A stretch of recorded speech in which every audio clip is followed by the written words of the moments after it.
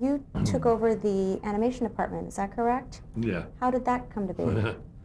Well, we had a party after the board meeting wherein Frank and Michael were elected to the board, and it was sort of a celebratory lunch. And somewhere towards the end of the lunch, we were all going, yay, yay, wow, now what?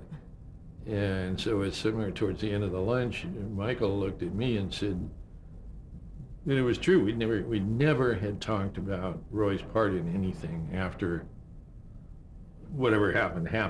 And we really, it was a mystery what was going to happen right until the last minute.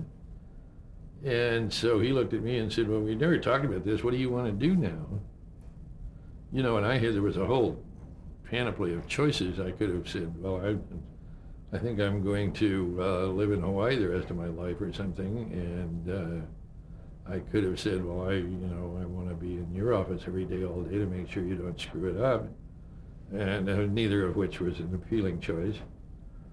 But I did know that the animation department was in deep, deep trouble because of the lack of creativity, because of neglect, because of the lack of really love being put into it. And so I just blurted out, why don't you let me have the animation department? Because I said, I think I'm the only guy that knows how it works, because I grew up around it, and I think I'm the only guy that knows all the people involved and the mechanics of it, and what it takes to make an animated film. I've never made one, but I know how to do it. And I think Michael was relieved that somebody took that one off his hands the first hour. And so he said, great, do it, And so that's where it started. What were some of the first things that you did when you got in there? Well, as I say, I knew a lot of the people involved, so it was fairly easy for me to just call a few guys and say, what's going on? And they were, as it turned out, they were just finishing a film. It was beyond help, in a sense, at the time, called The Black Cauldron, which was a massive 70 millimeter production of a sort of a Lord of the Rings kind of a story, I guess, is good a description as any. Difficult and dense, and it was sort of, the origins of it were all Welsh, so everybody had these weird names. You couldn't make heads or tails out of anybody's name.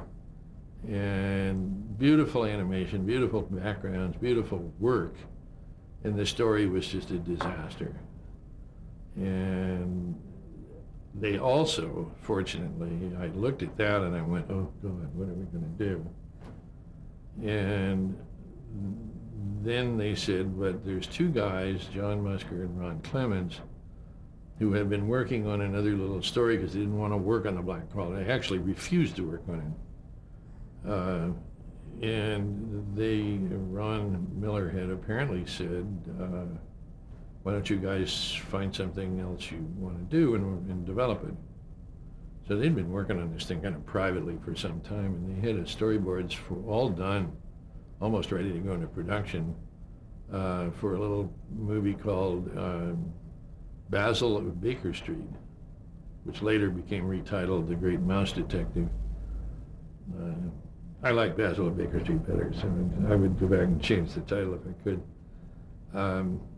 It was basically the story of a little mouse who was the mouse world's equivalent to Sherlock Holmes, and he lived under Sherlock's house on Baker Street, and he solved all the mouse crimes. And it was a really cute and charming little story, and they had done a really nice job with it.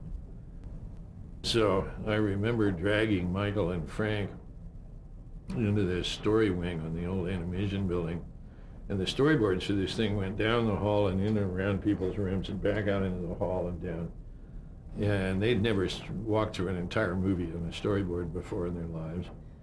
And they're both big guys, so we're crammed out in this hall, and John and Ron are trying to tell these stories and do the voices and all this, and we're in and out of rooms.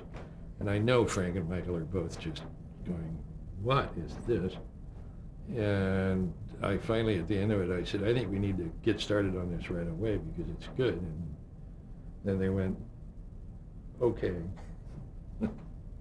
So we went into production on that. And although we did it's a really cute little movie, and we frankly did a really dreadful job of selling it.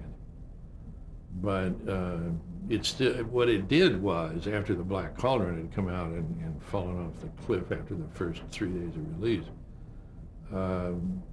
it said Disney's back in business. They know what they're doing, and the animation department was sort of sprung out of this hole it was falling into.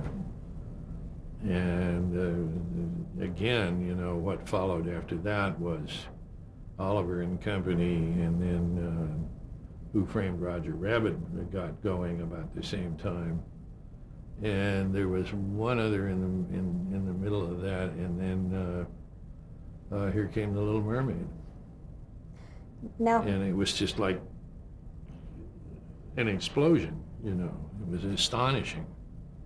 so being in charge of the animation department, what were your day-to-day? I mean, you were on the lot every day, overseeing the projects, talking to the Yeah, writers, wandering the around, talking to storyboarders. people, working on, you know, attending story meetings, trying to be useful.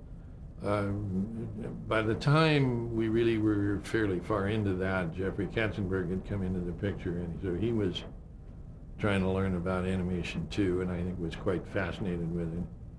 What was his role at the company? Well, he was, I guess, I don't know what his title was, but he was certainly vice president of production under Eisner, or president of the Motion Movie Company under Eisner, or something. I don't know. You can look that up. But everybody in this modern age has titles inflated beyond belief. You can't just be an assistant anymore. You got to be vice president of something. But anyway, that's another whole sociological subject. But Jeffrey one day said to me, the wisest thing he said to me ever, I think, which was, you need your own Jeffrey Katzenberg, which is to say, you need a guy to do the stuff on your behalf. And that was when I found Peter Schneider and brought Peter into the process. And he really was enormously the perfect guy. You know, he was perfect for animation because he was crazy as they come and creative as they come, and not willing to settle for something that's only fair or good enough. Good enough is never good enough. And that's one of the things you have to fight with yourself all the time to remember.